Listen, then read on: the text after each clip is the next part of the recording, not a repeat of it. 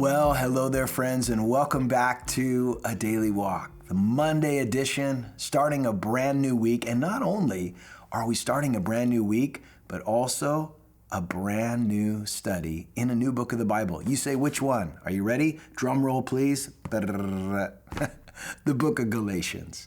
Galatians, it's one of the letters written by the Apostle Paul, and I encourage you to open up to it, Galatians chapter 1. But I want to give you a little bit of background about Galatia and the epistle itself. You know, oftentimes when we think of Philippi, we think of Colossae, where Paul wrote to the Colossians, and some of these other areas, Corinth, Thessalonica, these were actual particular cities that Paul went to and planted churches. Whereas Galatia speaks more, not so of a specific city, but actually more of a region. So there were many cities within the region of Galatia. And Paul found it necessary to write this letter to these churches in this area. And there was a reason for that. Paul and Barnabas, according to Acts chapter 13 and 14, had gone on their missionary journey, came through the areas of Derbe and Lystra and some of these other places that were in the region of Galatia. And what they discovered is that these people were actually known for being fickle. They could vacillate from one thing to the next pretty quickly, very easily. And this is evidenced by the fact that when Paul and Barnabas went into this region, they discovered a man who was lame, and God gave them the power to heal this man. And when he was healed, all of those in this region thought and falsely assumed that Paul and Barnabas were actually the gods among them. One was Hermes, one was Zeus. And so they decided that they were going to worship Paul and Barnabas. Oh, Paul and Barnabas tried to stop the people, prevent them from offering a sacrifice to them. And so the people, although they started out worshiping, they took Paul outside the city and stoned him. I mean, you talk about being fickle. One moment they're worshiping you, the next moment they're trying to get rid of you.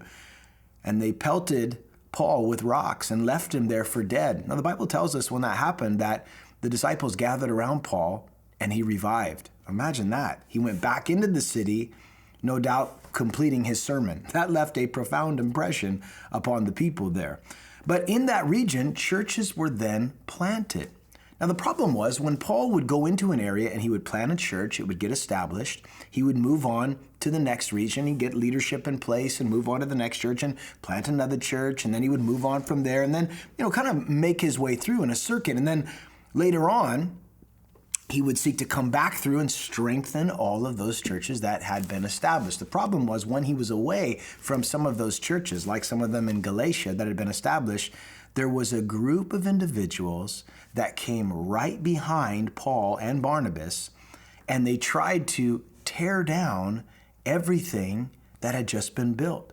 Paul had established these churches on the basis of faith in the finished work of Jesus Christ on the cross, his death, his resurrection. It wasn't earning it. It wasn't keeping the law. It wasn't trying to be worthy of it. It wasn't Gentiles becoming Jews in order to actually be saved, but just believing in the finished work of Jesus. And it was such a joyful time for these churches. But sadly, a group that came through, and Paul will deal with them in this letter of correction, which is what this letter is, a group of Judaizers, those that were coming into the churches that Paul had established, and they were undermining the work of the gospel by adding to it.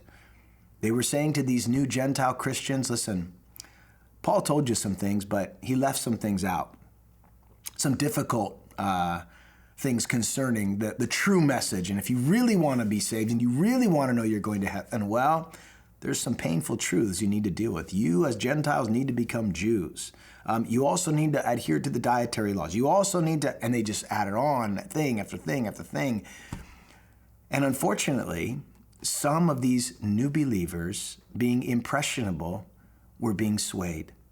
And some of them were starting to veer off. Again, remember the fickle nature of the Galatians. They started to listen to what these people were saying. And they started to get away from the simplicity that was found in just knowing Jesus and loving Jesus. Suddenly everything became convoluted and confusing, and now it's legalistic, and the church began to look nothing like it did when it was first planted. And so Paul, with great concern and great love for these believers, sat down and penned this epistle in order to correct these errors that had made their way into the church and to really course correct the church. They had to get back on track, get back to Jesus, get back to following after him and not adding to the gospel. Folks, I want to say this to you. When you add to the gospel, when you try to add to the finished work of Jesus concerning your salvation through your works, through your effort, etc., as if somehow we're earning it, you're actually taking away from the gospel. That's not the gospel. Certainly there are works that follow a changed life. And yes, there are things in my life that are different than they used to be, but my performance doesn't save me. I'm saved on the performance of someone else. And that is the performance of my Savior and my King, Jesus Christ. You see, Jesus went and did for us what we could never do for ourselves. That is the beauty and the wonder of the gospel, the good news. And by faith in believing in what Jesus has done, that is how I am saved. And so Paul, with a heavy heart, having to write a letter of correction, begins this gospel, Galatians chapter 1. Notice it says, Paul, an apostle, not from men, not through man, but through Jesus Christ, and God the Father, who raised him from the dead, and all the brethren who are with me, to the churches, plural, in Galatia. You'll notice that when Paul opens this letter, he starts with his name. If you were to unscroll a scroll that was written, immediately you would see who it was from. And when there was a need to correct a church that was in error, Paul would open the letter with Paul the apostle. And you'll notice that he emphasizes, I'm not an apostle because man put me in this position. I didn't take this position for myself. This wasn't something that I was called into by a group of people. I'm in this position because God put me in this position. So he is, from the very outset of the letter, having to establish his authority so that those who will read this will understand and give attention to what's being said.